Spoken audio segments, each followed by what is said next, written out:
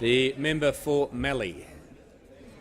Speaker, my question is to the Minister for Environment and Energy, representing the Minister for Education and Training. Will the minister inform the House how the government's needs-based funding model will provide the greatest funding increase to the most disadvantaged schools, like St Mary's in Robinvale and Jeparit Primary School, both in the electorate of Mallee? Is the minister aware of any alternative approaches? The Minister for the Environment and Energy, representing the Minister for Education.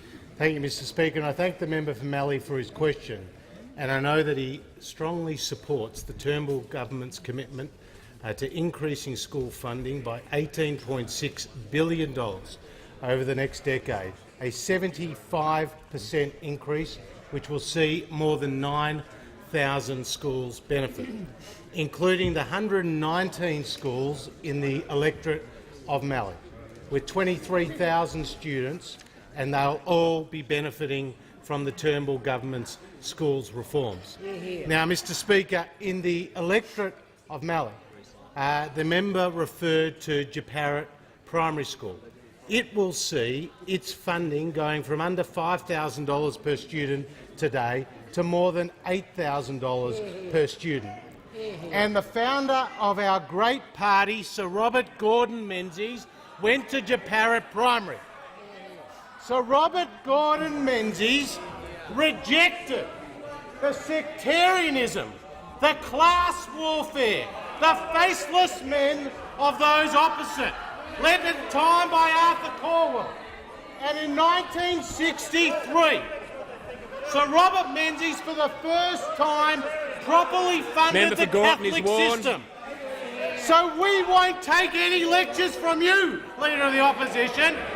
We were the ones who first supported funding for the Catholic system. We won't take any lectures from you, Mr Speaker.